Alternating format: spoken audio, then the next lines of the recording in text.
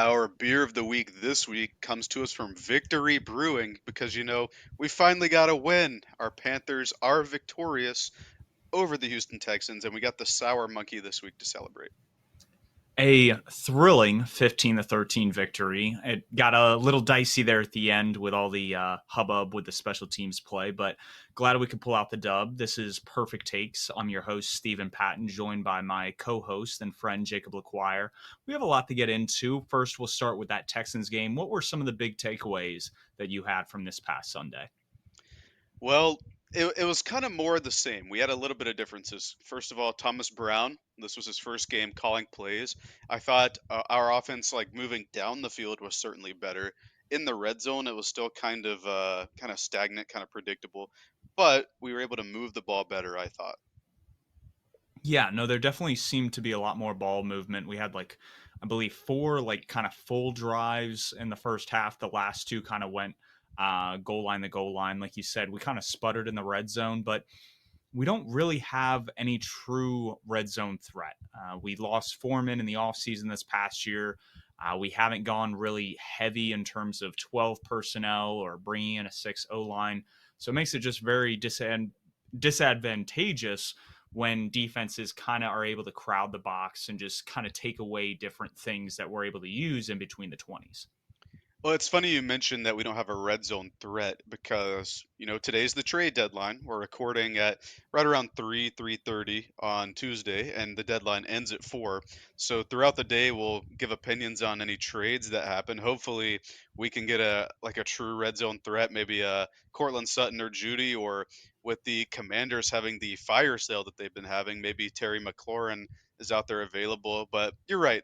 We had no true weapon in the red zone. Tommy Tremble caught another touchdown in this past game. We also made it to the red zone and sputtered out, I believe, on a full, like straight first, second, third, fourth down, couldn't convert, and then we had a couple field goals. But overall, I think the game was much, much better than what we saw in the Frank Reich play calling era. And I want to note that there was no real bad game management as Reich was able to focus on the game instead of calling plays.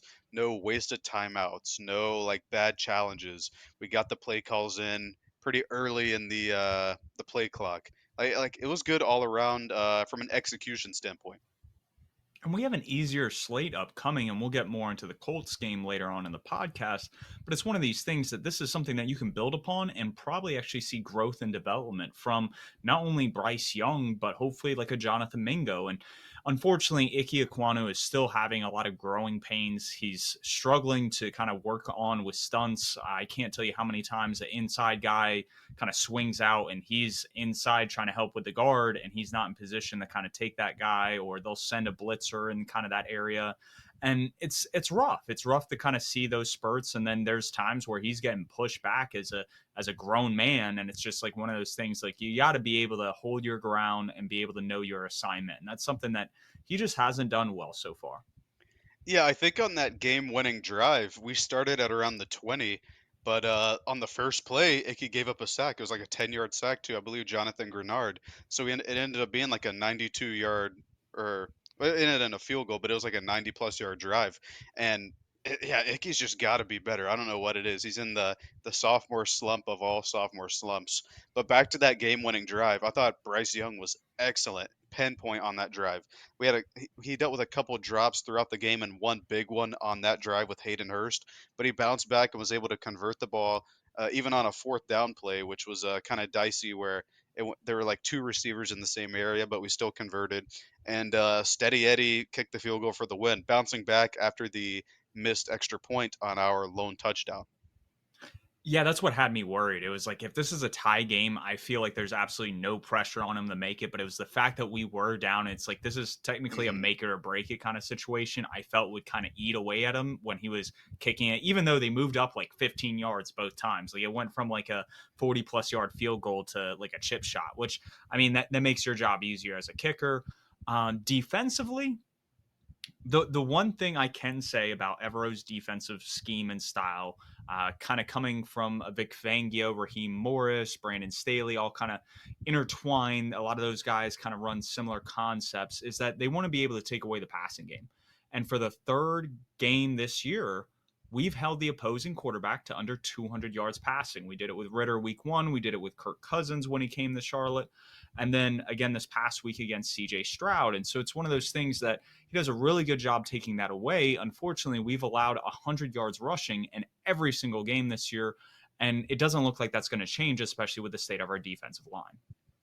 Yeah, the run defense is certainly something to be disappointed in. But like you were talking about the pass defense, we held Stroud, who's been pretty lights out in his rookie season, to under 200 yards. I believe it was 140 exactly. And he didn't really face a ton of pressure like he hasn't throughout the season. But still, Dante Jackson and CJ Henderson had pretty decent games in coverage, not allowing anything over the top. All the good passes were just in front of the defense, and they were able to tackle them and stop them on third downs and force some punts.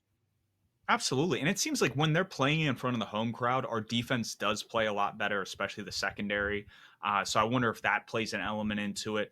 But like you said, overall, just between the game management, between the play calling, between the outcome of the game, it was just a really exciting time. And it gives you a lot of hope for the future because this is kind of what we envision the team to kind of be going into the season. Absolutely. And in terms of looking forward to the future, I think that kind of relates to our player of the game this week. It's got to be Bryce Young. This was, I think, his best game so far. He's improved every week throughout the year, but I think this was his best showing. Moving around the pocket, outside the pocket, making tight window throws. I think the big one that I want to highlight is it was where Chuba picked up the blitz. He didn't really pick him up. The blitzer like tackled him and almost sacked Bryce. Bryce spins out of it to the left and then wrist flick about 35 yards down the field to Adam Thielen, who catches it in traffic. It's just a really heads up, good evasive play from Bryce, and that's the kind of stuff we're going to need to see moving forward if we continue to have O line struggles like we're having. Yeah, no, without a doubt, that's something that we need to keep in mind. He got sacked again 6 times this past Sunday. I think some of it is his fault. He's trying to make a play and do his part since the wide receivers are struggling to separate. But it's one of those things he's just got to learn the play another down. And if it doesn't look good, get the ball out of your hands, go to the next down, go to the next play. Let's see what we can do then. Because taking those negative plays aren't going to help the offense move down the field either. I think that's all we have for the game that we just played. And then kind of moving to around the NFL, like we talked about, this is the trade deadline, and so deadlines spur action. So we've seen quite a few trades over the past week, and probably the most today. I think the big ones have been last week, Philly trading for Kevin Byard from the Titans for basically nothing. I think we can agree that Philly won that one there because their secondary has not been great to start the year, despite their big names there. And I think that's a huge get for them because Kevin Byard, I don't remember if it was last year or 2 years ago, but he's not too far removed from being an All Pro. Yeah, no, he's not too far removed from that status. He is a little bit older. I think he's about 31. And so, what you're really looking for is a veteran presence back there to help with communication. And obviously, this past weekend, we'll get more into it when we talk about the games. But against Washington, obviously, Sam Howell was able to dice that secondary.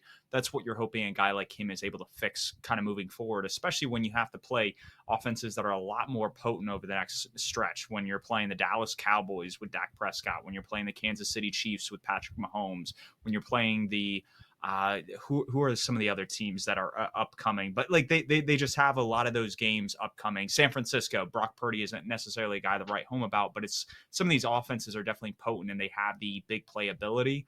And so you need to be able to rein that in and stop that. Now, another trade that did come through, and these are some of the lesser ones today. Still big name. Giants trade defensive lineman Leonard Williams to Seattle for a second rounder next year and a fifth rounder the following year. He's playing phenomenal football this year. He's on a awful football team, and right now the Seahawks with Uchenna Nwosu being on IR for the rest of the year with a torn pec. This is a great addition to that defensive line. They already had Draymond Jones, Boye Mafe, who you've been huge on.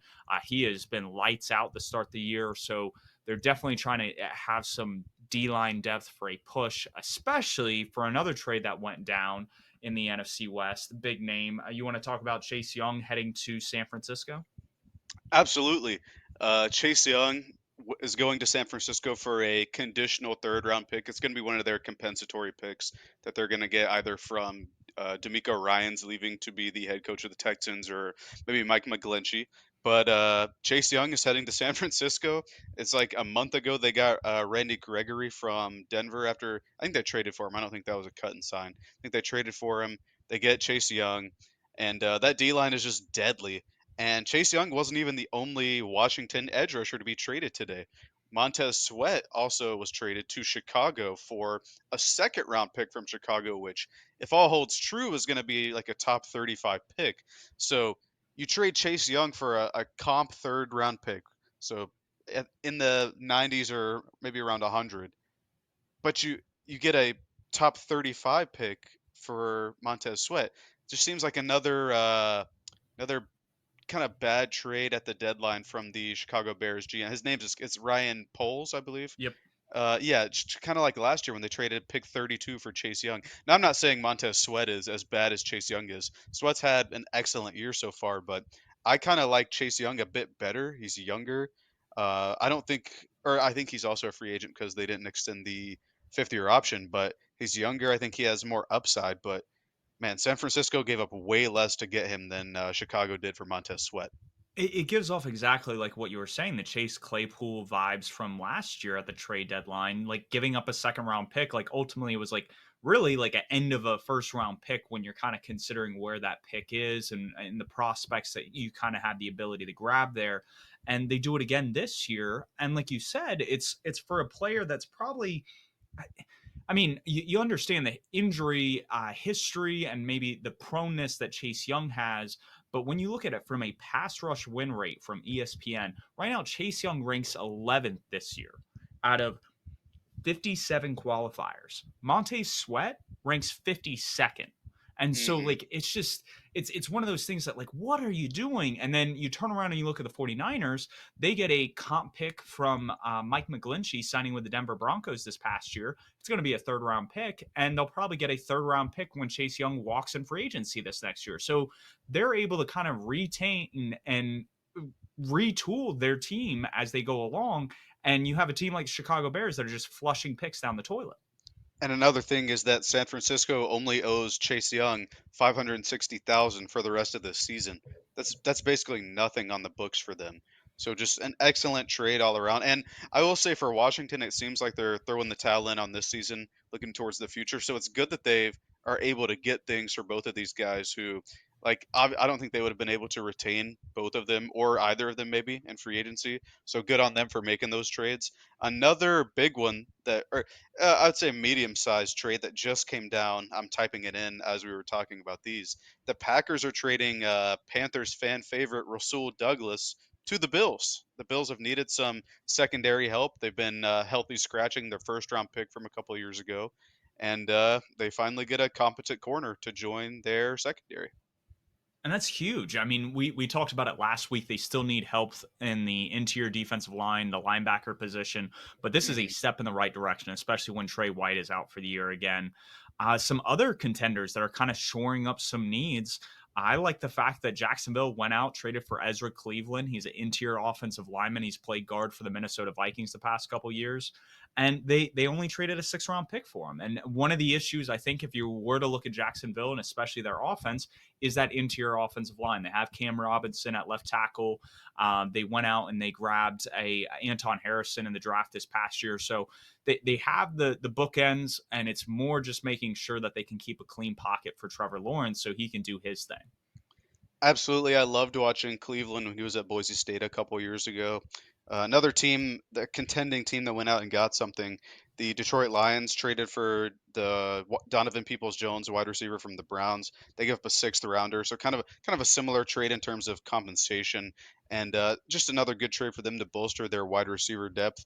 All these trades for like cheap trades have me thinking like, what is Scott Fitterer doing, man? Like, I know we're 1-6 right now, but with his track record of draft picks, he's not going to be making good picks anyway. So like, if we could have gotten Chase Young for a third, like, come on, man, I would have done that pretty quick. But I guess that's neither here nor there.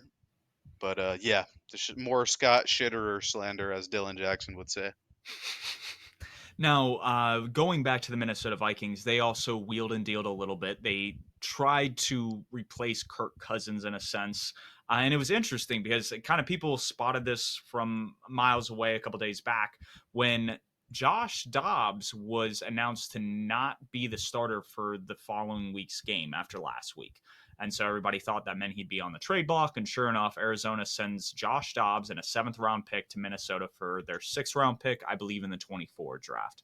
So a lot of moving pieces, a lot of low names. I think the only other one that's happened in the past couple days that's worth mentioning is Eagles traded defensive lineman Contavious Street and a seventh round pick to Atlanta for their sixth round pick. So very similar structure to the Josh Dobbs trade, and that's about it. So we will update if there are a couple more trades that happen until the 4 o'clock window, but for now, we'll get into the Eagles Commanders game. That was a 38-31 finish, just as thrilling as the overtime finish a few weeks back when they were in Philadelphia and the Eagles won 34-31. Yeah, every time these teams play, it seems to be a barn burner. I guess they figured each other out defensively because both offenses always seem to go off. I think this was a great game for Sam Howell, who was the most sacked QB coming into this game, but only took one sack the entire game. So that's some good growth from him. It was also a great game from Jalen Hurts. I think both QBs had. I know Howell had 4 touchdowns. I think Hurts also Hurts had had 4 touchdowns. 4 passing touchdowns. Yeah, 2 were to AJ Brown, 1 was to Devontae Smith, and then and one. then one was to Julio Jones, who I had forgotten was on the team. I remember watching it. I was like, who is 80 on the Eagles? But then Scott Hansen came on a couple minutes later because it was on Red Zone. He was like, oh, Julio Jones touchdown sighting. I was like, man, Julio Jones catching touchdowns in the year 2023. But no, it was an excellent game from the offensive perspective. But I think both defenses have some pretty serious question marks.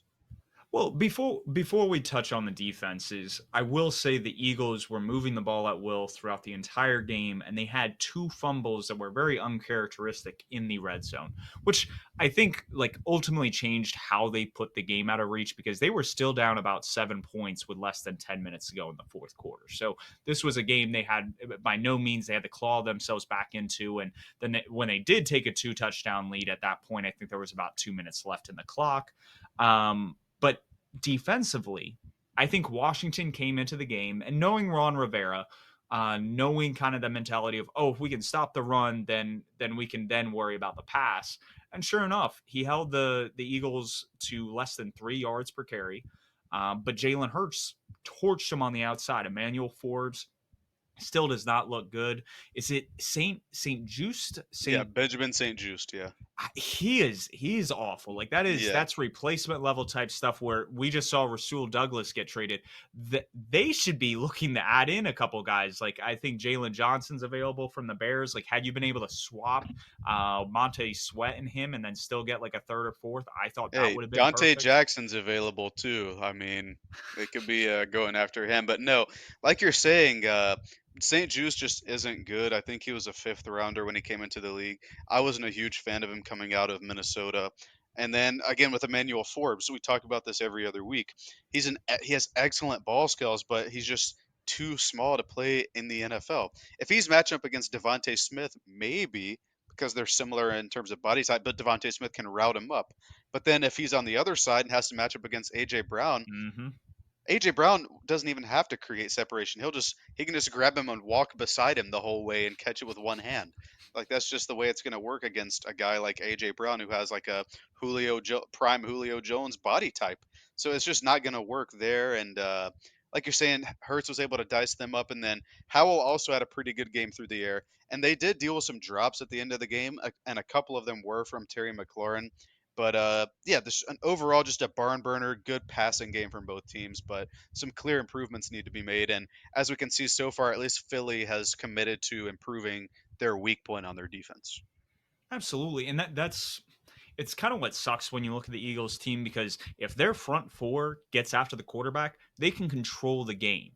Unfortunately, Sam Howell, he was able to mitigate the mistakes that he's been known for with taking a lot of sacks. And with that gone, he was able to slice and dice just like what we talked about with Jalen Hurts doing. And so it's one of those things you you trade for a Kevin Byard, you need him to step up. You need big play Slay to step up. You need James Bradbury to step up. And if they don't step up, it's going to be a very long season because these next 6 games are going to be rough. Absolutely. And then another game that wasn't as big of a barn burner that I wanted to talk about, but it did have a QB that threw for 4 touchdowns, was the Tennessee Oilers slash Titans against the Atlanta Falcons. Will Levis started in this game. He made his debut, and he had a pretty good rookie debut. He threw for 4 touchdowns. Three were to DeAndre Hopkins, who had a very Randy Moss on Thanksgiving stat line. It was like 4 catches for 120 something yards and 3 touchdowns. And he also threw one to Nick Westbrook Akine. But he had a pretty good game for his rookie debut. I thought he moved the ball downfield pretty well. He had some misses in the short game, but that was kind of his calling card coming into the league. But I thought he performed well in his first start. I thought Tim Kelly, the game plan that they made this week, they really did hone in on Will Levis's strengths. He's got a big arm. He's had a cannon. Everybody knew that coming out of Kentucky. It was one of the things that a lot of like draft analysts thought would put him as a top 10 pick. And sure enough, he had that on full display. Now, DeAndre Hopkins, he makes AJ Terrell look silly on the first one. The second touchdown to DeAndre Hopkins was a slant route. He was a little late on, but Will Levis still put it on Hopkins' body. And then the last one, Hopkins burned right past the safety. So it's one of those things that you wonder if the coverage gets a little bit tighter. They take away that first read. He has to start going to other reads. Will Levis still have the same success? And when you look at his success rate, it wasn't something that popped off the charts. His EPA per play was a modest 0.11, which is solid. That's good quarterback play, but it doesn't scream the 4 touchdown passes and the highlight reels that we were seeing on Sunday. So that's the only thing I'm worried about. Is this something that he can consistently do week in and week out? Because he's definitely got a big arm. The question is, our defense is going to be able to shut that down and force him to kind of play underneath. Yeah, he definitely has some steps where he needs to improve as a QB overall. But I think he showed what he showed on the scouting report, biggest arm in the class, and was able to make the downfield throws when they were open. So I thought that was a good performance from him. Good performance by Skoronski in the O line as well. I think. On the other side of the, oh, do you have something No, you no, wanted I to? agree. It's one of those things that the Falcons' defensive line isn't necessarily something to write home about. So you wonder, okay, if Will Levis is a little bit more pressure in the next couple of weeks, like they play the Jaguars, like does their offensive line hold up? Does Will Levis have the time to make some of those throws? And it's going to be cool to kind of keep an eye on and watch. But like you were alluding to, the quarterback on the other side wasn't looking too good. I know we've used the phrase Scott Shitter, but I think Desmond Shitter should be in the running as well.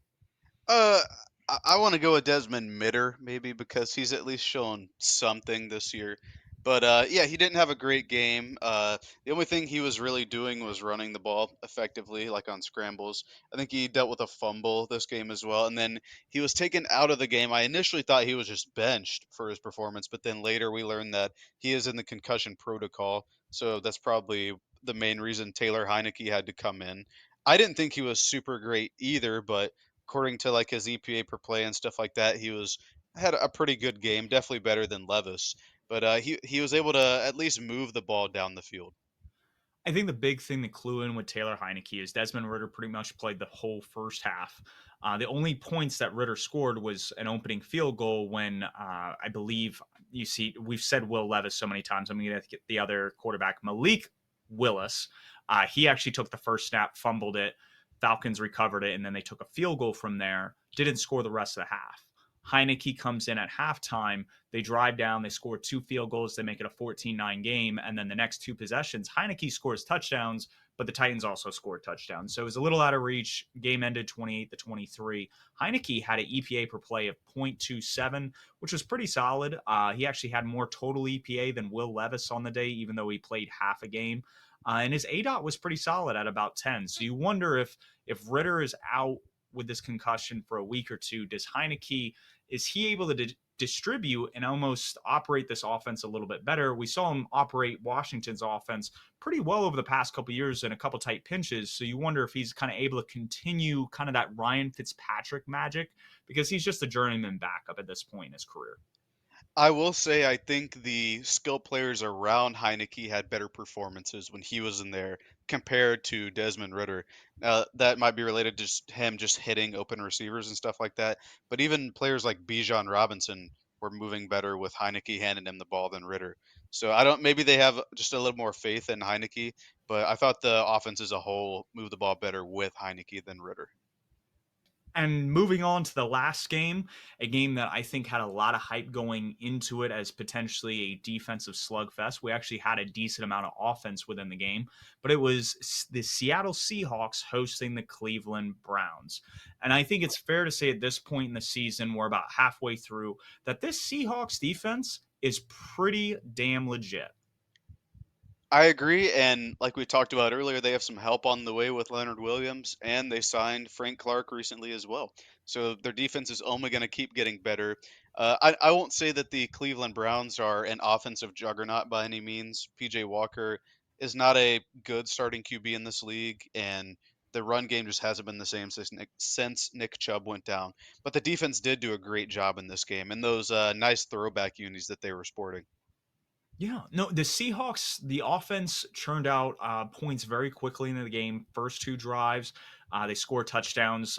First was their opening drive down the field. Tyler Lockett had a lot of pivotal catches. And then I believe the second scoring drive was actually caused by a Boye Mafe turnover. It was like a fumble. And Tyler Lockett ended up being on the receiving end of the touchdown. Now, they only scored 24 points the whole game. And so the Browns defense was able to make some adjustments, force Geno Smith into a couple mistakes. There was a batted pass that ended up being picked. And then what ended up leading to the game winning touchdown for the Seahawks was a batted pass by PJ Walker that was intercepted and led to the game winning touchdown to JSN. So definitely a lot of highlight reel type plays. Myles Garrett wasn't too loud in terms of production like he was last week in Indianapolis. So props to Charles Cross and their game plan to kind of mitigate him. Was there anything else you kind of took away from this game? I think the main thing, just like you were talking about, was how Cross and the rest of the O line kind of neutralized Garrett. We've seen throughout his career and particularly this season how impactful Miles Garrett can be in wrecking a game, and he didn't really have the opportunity to do that in this game. So huge props to the O line for keeping Geno upright because I think last week Geno had a decent game, but like the past 2 or 3 weeks before that, Geno wasn't at his best. So having good protection this game was paramount against a very good Browns defense. We talk about Jim Schwartz like every other week and how good their defense is on paper. So I think that was the big story of this game. Well, we talked about earlier Uchenna Nwozo. He's on IR for the rest of the year. Charles Cross started off the year banged up. Abraham Lucas is still kind of banged up. I think he's on like the temp IR right now. And so if he's able to come back here soon, then you have your two bookend tackles. They're clearly shoring some stuff up from the offensive line. And the run game's been going. Kenneth Walker, Zach Charbonnet looks like a solid Thunder Lightning combo. And like I was talking about with Tyler Lockett, what was cool to see on the Brown side is Amari Cooper was making plays left and right. He was a chain mover, and it was just kind of cool to see these reliable pass catchers just making really clutch plays down the stretch that keep this game interesting. Because for a while, the Browns were up 20-17 up until that last drive. Yeah, I wasn't able to catch the end of the game, but it seems like the Seattle defense put in the work there and got done what they needed to do towards the end. Now that wraps up the around the NFL section. We will, like I said earlier, keep any updates on any more trades that come through in the next 8 minutes now. It's 3:52. Hmm. We'll keep an eye on that, but we're now transitioning into the coach talk. And we typically start with coaches on the hot seat. And the guy that we're going to start with, we already kind of talked about this game a little bit, but it's Arthur Smith. Pete Carmichael was 32nd last week in the play caller rankings. We talked about how his head needed a job, needed to be on the table, pink slip maybe handed to him. He bounced back with a great game against the Indianapolis Colts. They dropped 38 points. The offense was clicking. He jumped up several spots. I think he was the biggest riser in this past week's play caller rankings to about 16. So he's right around where Sean Payton is. But that means Arthur Smith is now the worst offensive play caller on top of just being an abysmal game manager, it feels like, in terms of personnel and just utilizing the players that he spent a lot of picks on. Yeah, and when people like reporters ask him about that, and he kind of treats it like, "Oh, this isn't fantasy football. We're gonna do what we need to do to win." Well, you drafted 3 premium athletes at skill positions in the top 10 and aren't using them maybe not as traditionally or not as effectively in terms of touch count.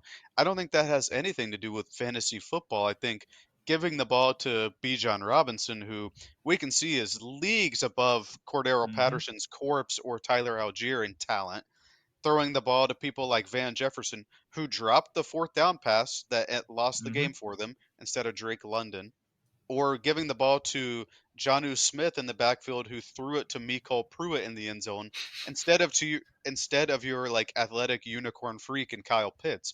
I No, think he was these are the blocking that things. play. That was Yeah, that was the yeah, wild part.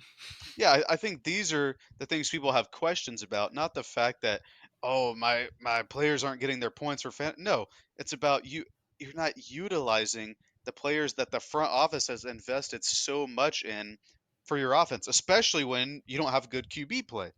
And I think that just kind of all that combining with the fact that this was the year that they were kind of going all in. They spent a ton of money on defense. They had the draft pedigree on offense. And while they maybe, I think they're still the head of the division, but they're a 500 or they're Yep. no, they're I think they're 4-3. But I like they're not impressive this year. They're not a good football team. Nobody in this division is, but they should be running away with the division compared to the other teams, and it's just not happening. I think he's trying to galaxy brain this thing too much. Like there's an element of yes, I completely understand that if they're expecting Pitts to get the ball, he's your pass catching tight end. They're probably going to lean the coverage to his side, put their better coverage linebacker on him, and you might have in a couple instances or a couple plays throughout the games ability to do kind of that trick play they did with Janu Smith throwing to their backup tight end. But that seems to be the playbook when it gets rolled out. It's not okay, let's feed our stars and then in a couple moments let's run some more gimmicky plays and get the ball into other playmakers' hands. It's that's how the offense runs. And it's just sad to see because like you said, he's up there trying to make it seem like it's a smart idea to have Bijan Robinson on a touch count when it's like you're losing games. Like get your stars out there and get them making plays. Like that's why you brought them into the building. It's very head scratching top to bottom. Another guy that's obviously made a lot of head scratching moves between personnel decisions and in game management is Ron Rivera. And we talked about how the Commanders shipped off two of their premium pass rushers, part of that defensive line that had a bunch of first round talent on it. And it seems like the writing is on the wall for him at this point. Do you think he makes it to the end of the year? I think they're gonna let him finish the year out just as a respect thing. But like yeah, like you're saying, trading away two first round pick edge rushers and just the season as a whole isn't going as good as they think it was, or maybe they thought it would be. I know that they said before this past week that pending the outcome of the game, they're either going to not trade players or trade players.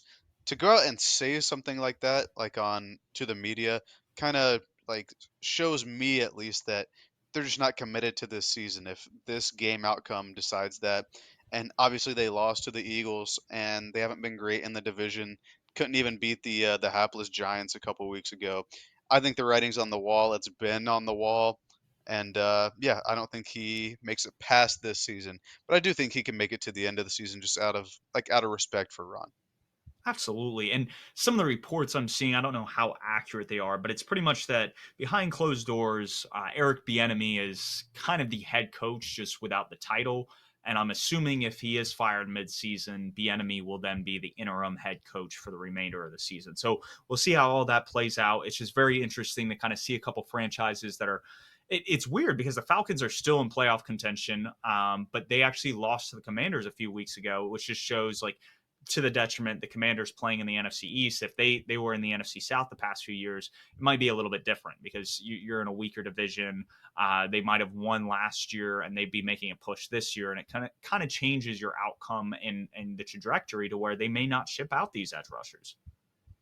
Absolutely, but unfortunately, they are in the NFC East, and some other coaches that are currently in the NFC East that actually brought the heat this week are Mike McCarthy and Dan Quinn. So we've talked about Mike McCarthy at length on this podcast. We probably will continue to do so. I think what's very interesting when you see how he schemes different things up, it goes back to the point I was making about Arthur Smith a little bit earlier ago, is that he's trying to galaxy brain this and he's not just simply like, hey, how can I get the ball to my star players and let them make plays? And that's exactly what McCarthy did on Sunday. He schemed up so many play designs where Dak Prescott and CeeDee Lamb were in sync. I mean, CeeDee Lamb had 14 targets, 12 receptions. He had a couple touchdowns, and he just could not be stopped by the Rams secondary. And then Dak was sprinkling it in. He had a beautiful touchdown pass to Jake Ferguson. He had another one to Brandon Cooks later in the game to pretty much ice it. And it's just very, very cool to see McCarthy's aerial attack kind of taking form and shape in Dallas, especially now that it's not Aaron Rodgers, the guy who's doing it. We're actually getting to see McCarthy and what he can bring to an offense. And it's letting his stars make plays. And we see that on the defensive side as well. Parsons lining up over center, getting different good looks to kind of get after Matthew Stafford and make plays on the ball. And Bland with the pick six, a great play design and scheme and recognition of understanding where Stafford wanted to go with the ball in that play. So just a lot of cool things top to bottom. Were there things that you saw from the game, whether it was something McCarthy's kind of schemes, Dan Quinn's schemes, or just overall the domination they had against LA on Sunday? Well, they were overall dominant, and I think the offense especially was cooking. Dak was another four touchdown QB from this past week. We had a lot of good QB performances, but for me again, Dan Quinn scheming the game against Stafford, who I think coming into this week was the least mistake prone QB.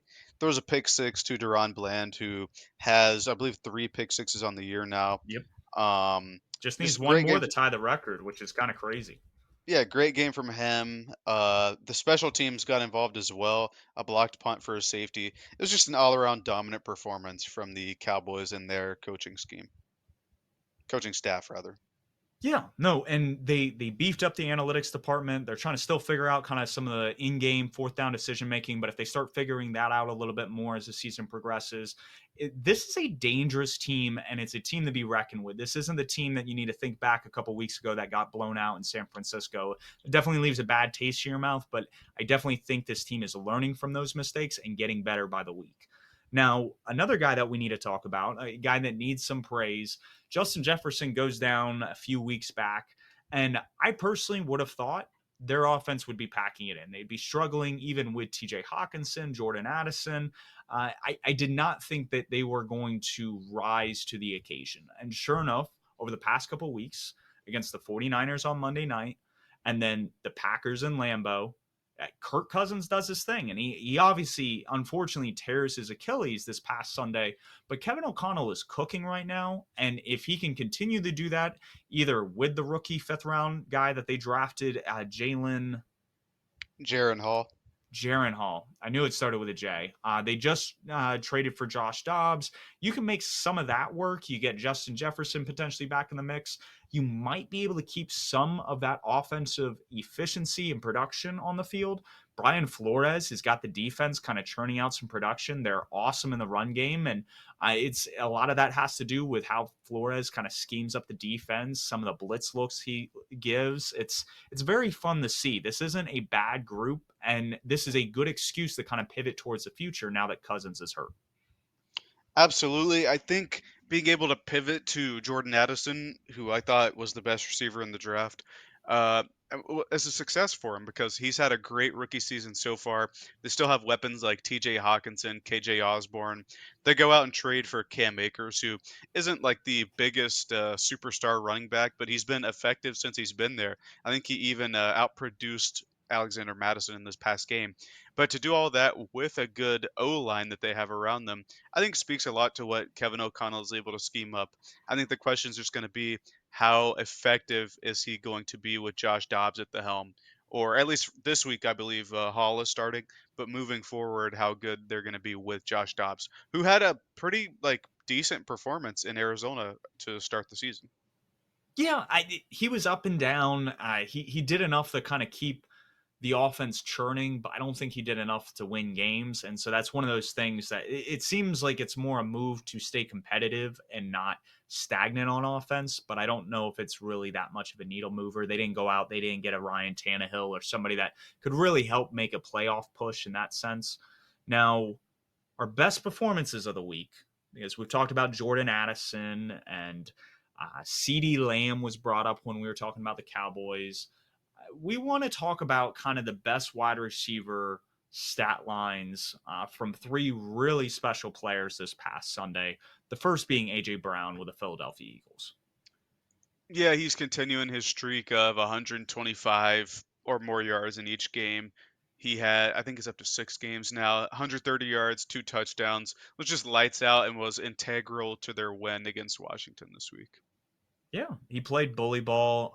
What I heard on, I think it was Caps Off podcast, is that he's like the true alpha X wide receiver. Like when you think about wide receivers from like a decade, even 2 decades ago, is just having that guy like a Andre Johnson or even like you were kind of alluding to earlier, a guy of Julio Jones kind of stature, just to go out and bully people for the football. And that's what he does, down in and down out. He's been really good this year. Now, another guy that isn't necessarily as physical, but very talented, very versatile all over the field. We talked about it with the Cowboys, CD Lamb. He had 12 receptions, 158 yards, and 2 touchdowns. Really did cook the Rams on Sunday. And it'll be interesting to see how teams start to guard this offense if they try to shut him down and then allow kind of Cooks and Jake Ferguson to kind of run all over. Or if we'll see kind of more of these stat lines from Lamb. Well, yeah, like you're saying, other people did get touchdowns. I know Lamb was the big gainer of this game, but Brandon Cooks did get a touchdown. Jake Ferguson did get a touchdown. They continue to feed Pollard, even though he hasn't scored in like 4 games. He'll eventually get his, but like the Cowboys offense and the team as a whole is just incredibly deep, and it's going to be hard to stop them if they continue to stay healthy. And then the last of the best performance wide receivers that we have is DeAndre Hopkins. We talked about how he had the Randy Moss stat line: 4 catches, 128 yards, 3 touchdowns. He might not have had like 8 catches or 12 catches like CD had, but he made the most of what he did get, and that was 128 yards and 3 touchdowns from all the downfield passes from Will Levis in his debut. Yeah, no, he was a big recipient of Will Levis chucking the football down deep, and it'll be interesting to see because that was a lot of the frustration we saw on Monday Night Football with Devonte Adams was Jimmy G could not get the ball to Devonte Adams, and there were 2 plays. One should have been like a 90-plus yard touchdown, and I think the other should have been like another 40, 50-yard touchdown. That's just kind of crazy to think about that. If you can just hit some of those deep shots, you have playmakers with a Traylon Burks on this Titans offense, with obviously DeAndre Hopkins. And if you can start letting those guys eat on the perimeter, it might open this offense a little bit more to where you're giving Derrick Henry running lanes. Maybe you're giving Tajay Spears opportunities in kind of the screen game. And so it'll be interesting to see kind of how the offense progresses. Guys that are probably top tier, guys that we want to put in that MVP conversation halfway through the year.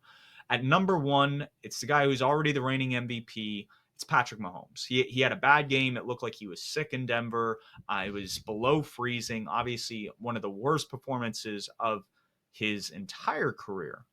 Still looks like one of the best quarterbacks in the league right now. Besides all that, he's leading the top team in the AFC. And if they beat the Dolphins on Sunday, they're only going to extend that lead in the AFC for that number one seed. Yeah, he definitely had probably his worst division game of his career. I think this was the first time he's ever lost a road division game, which is just insane to think about. But there were reports that he had the flu coming into the game, and he didn't look like himself. There, I believe he had a couple, or he had one fumble and I think an interception as well.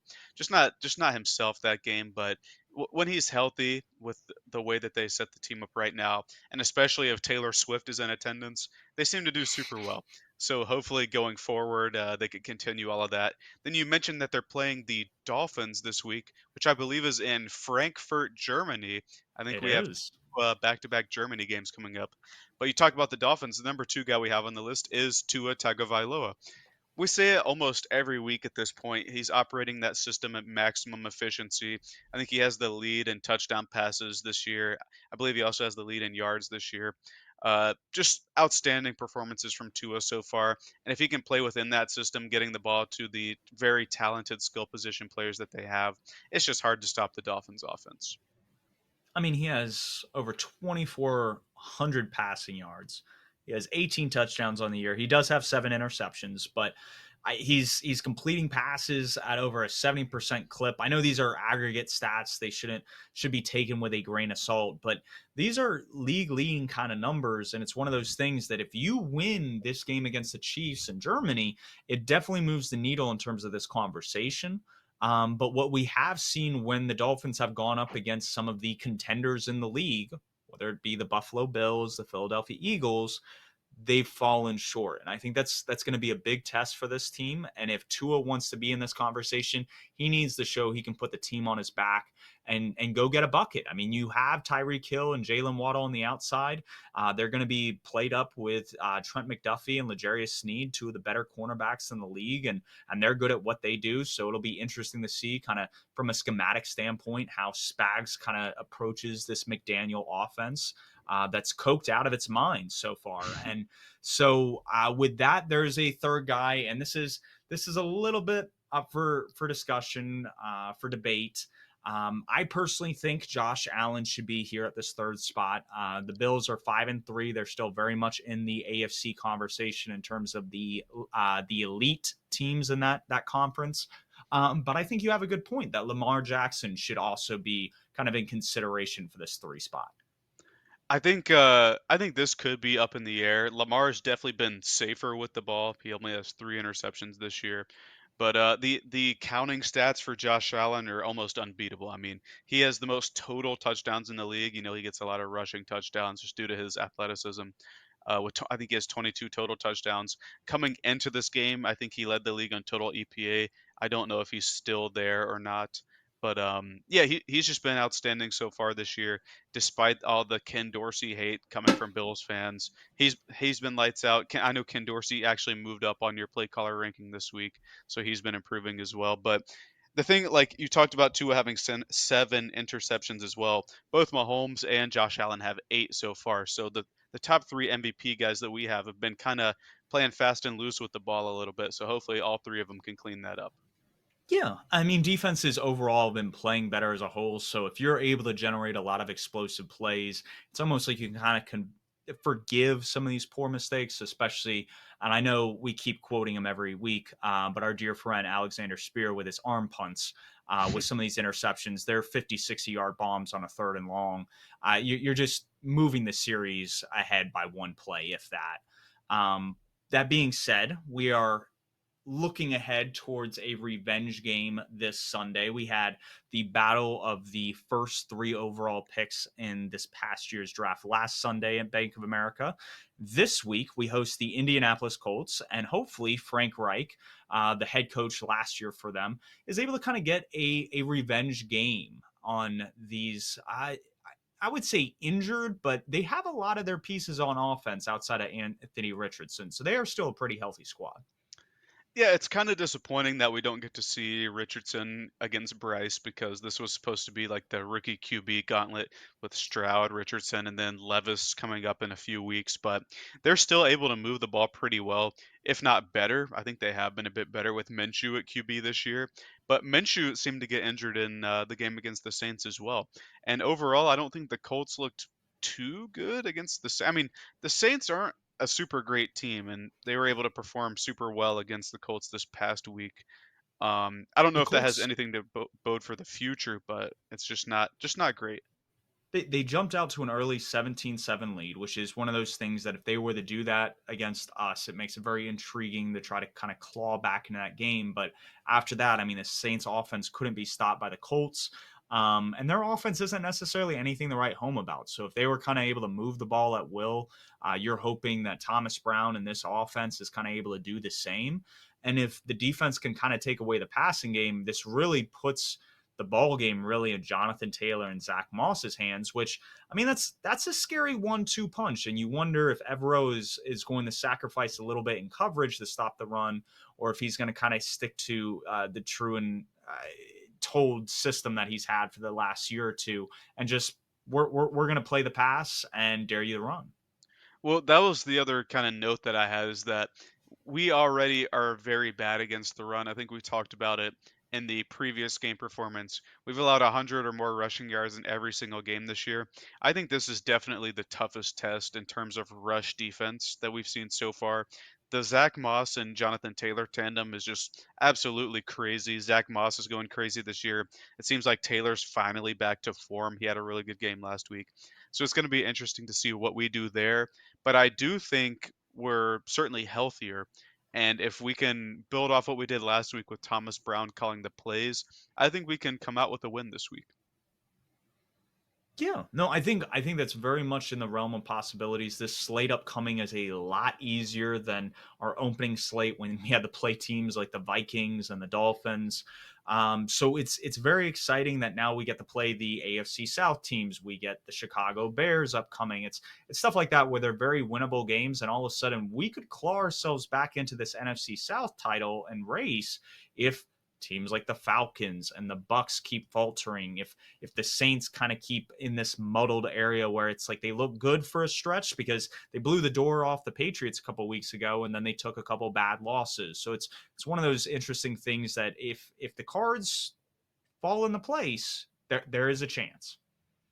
Couldn't agree more, and hopefully we're able to string together a couple wins this week. That's actually my perfect take this week is that the Panthers will start a win streak after winning this week when we defeat the visiting Colts, and Frank Reich will have his revenge. It's actually an afternoon game, which I absolutely hate, so hopefully we're able to pull that off, but I think we're going to win this one.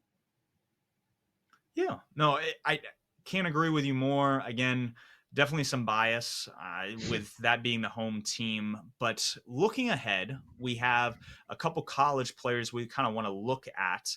Who are some of the guys that you see in this upcoming draft that would be a good fit for the Carolina Panthers, or just guys in general you like? Well, from this past week, I didn't get a chance to watch too much college football, but one guy that did stand out for me is the Georgia receiver, Lad McConkey. He's kind of lost in the shuffle of this huge, like really good receiver class between Marvin Harrison Jr., Keon Coleman, Roma Dunze, everybody that like we've talked about in every other previous episode. But he's still a productive receiver, and he's a guy that I think we could target with like our third or fourth round pick now that we still have all of our picks because we didn't make a trade, but that's neither here nor there. Yeah, I didn't watch a ton of college football this week, but it's the same theme as every other week. It's the receivers dominating every week. This is by far receivers are the number one position in this draft class. Which is a huge boon for us, especially with Adam Thielen getting older, Chark looking kind of injury prone as he has been throughout his career, and a young, raw receiving prospect in Mingo, who, by the way, had a great game, first game under Thomas Brown's play calling. So hopefully that continues. Definitely was high on him coming into this year, and he was showing spurts last week against Houston. Absolutely. After the early drop, he really came into his own. He had that it was like a 40-yard completion, or it was like a 20-yard completion, then he got like 20 yards of yak. That was actually the longest passing play for the Panthers so far this year. So it was good to see him do what he was able to do. Like that was like his big thing coming out of college. When he was in open space with his athleticism and his big body, he's able to get extra yards, and it was cool to see him do that. I think it was early, or yeah, early in the second quarter, I believe, he where he he did he that. made a move. He went inside, and the defender that took him down, you see him hit Mingo, and Mingo he obviously goes down, but it's like the defender got moved by Mingo, and it's exactly Hmm. like what we were talking about with AJ Brown earlier, and some of those is that when you have these big-bodied wide receivers, they'll wear on some of these smaller secondary pieces, and it was cool to see kind of us being able to impose our will. It kind of goes along with that keep pounding mantra that we're all a part of here in Carolina. And that leads into our final section, and that is our perfect takes. And this Thursday night, we talked about Will Levis being one of the more impressive performances from this past Sunday. I think personally they're going to go into Pittsburgh on a short week, And that defensive line for Pittsburgh is going to shred the Titans' offensive line. And that being said, I think Will Levis takes about 5 sacks. He makes a few mistakes throughout the game, just simple mental errors that come from being a rookie in this league. And he's going to come back down to earth. So I think that's the kind of prediction going into week 9. I think Mike Tomlin, being the savvy veteran coach, and Mike Vrabel is good. So don't let me mince my words there. I just think this is a Tomlin get right game on a short week. I think that's absolutely fair. When I made this, I usually make the scripts like a week in advance. I had the Titans when I wrote it down, but with the news that Kenny Pickett is like gonna play this week somehow, I think I gotta stick with Pittsburgh. I just really didn't like the prospect of Mitch Trubisky, but the fact that Pickett's playing, I think they will be able to operate well at home on a short week. And the Titans don't have the magic that they got from the Oilers uniform, so I do think it's going to be a bit different this week. Those Oiler jerseys, man. I mean, between the Kelly greens, the Seahawks throwbacks, like I wish those were like the primary nowadays. Like if they could just go hmm back to those color palettes, it would make the world a much better place. Don't sleep on the creamsicles either. Oh yeah, no, it's we're so many weeks removed at this point, but yeah, can't forget those. Do you have any perfect takes for the episode before we wrap up? Yeah, I mentioned a couple minutes ago. Panthers are going to win this week. Frank Reich's going to get his revenge on the afternoon game. And we're going to start a win streak. I was the only one who believed that we would beat the Texans last week, and we did. And so I'm doubling down. We're going to beat the Colts and continue a win streak against the AFC South. And then if we're healthy and good when we play the Titans, we'll beat them too. Uh, the Jags might be a different story, but that's where I'm at right now. Yeah, I mean the Jags. We play them like what, Christmas Eve, Christmas. It's That's a little bit later in the week year. 17. It's our second to last game that we play them. Yeah, and that one, it's more you want to keep it competitive. It was like what I said a Yeah. couple weeks ago about the Dolphins game. If you lose that game by a possession, less than 10 points, like you almost come out of that game like, hey, we stuck in it with a contender. Like that's the feeling you want to take away from a game like that. Well, I mean, hopefully they'll have clinched something at that point, so they can rest Lawrence and Etienne that week. They don't need to play. They don't need to risk their injuries, But we'll see. Absolutely. With that, if there are any podcast questions heading in the next week, shoot them to us on Twitter at either Patent Analytics or at Jacob LaQuire, or our podcast Twitter page at Purrfect Takes. We thank you guys for tuning in, and we'll catch you guys next week.